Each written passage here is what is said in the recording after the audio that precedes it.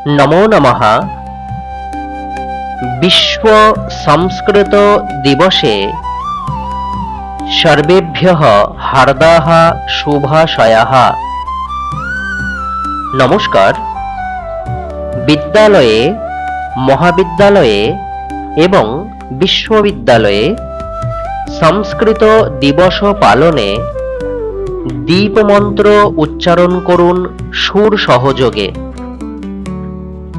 आमी प्रथमे सुर करे मंत्रटी पाठ करे शोनाচ্ছি, তারপর উচ্চারণ প্রক্রিয়া বলে দিচ্ছি।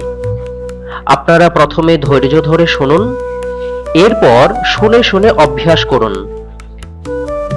অবশ্যই আপনাদেরও সুন্দরভাবে কণ্ঠ থেকে সুর সহযোগে দীপ প্রণাম মন্ত্র বেরিয়ে আসবে। दीप प्रणाम मंत्रः। दीप ज्योतिर्परं ब्रह्म। दीप ज्योतिर्जनार्दनः। दीप ज्योतिर्हरेत् पापम्। दीप ज्योतिर्नमस्तुते। शुभं करोति कल्याणम्।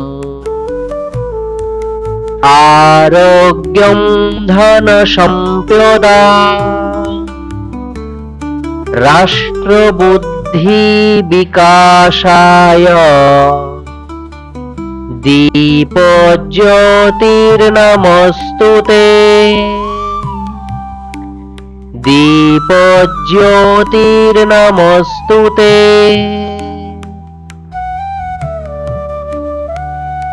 प्रथमे आमी दीप ज्योतिर बोललाम, किन्तु मन्त्रे रयेछे दीप ज्योतिहि विसर्ग। এই বিসর্গটি রজাত বিসর্গ, অর্থাৎ এই বিসর্গের স্থানে আমাদের র উচ্চারণ করতে হবে। দীপজ্যোতিহি পরং এটা নয়, উচ্চারণ করব দীপজ্যোতির পরং। দেখুন ওখানে লেখা রয়েছে দীপজ্যোতির পরম। আরেকটি কথা মনে রাখবো, অনস্বরকে আমরা ম হসন্ত উচ্চারণ করব।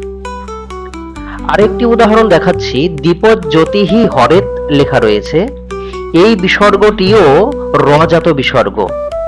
তাহলে জ্যোতির পরে আমরা বিসর্গের স্থানে র উচ্চারণ করব, দীপজ্যোতির হরেত।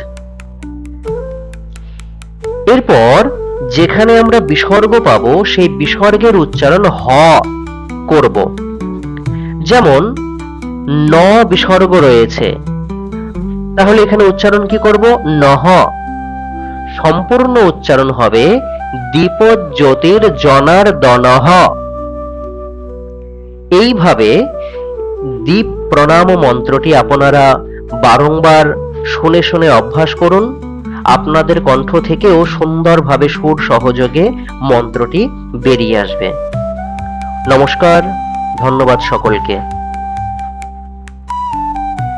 এরপরে ধ্যেয় মন্ত্র, সরস্বতী বন্দনা, ঐক্য মন্ত্র এবং শান্তি মন্ত্র পরপর করে আমি করে দিচ্ছি সমস্ত সংস্কৃত অনুরাগীদের স্বার্থে।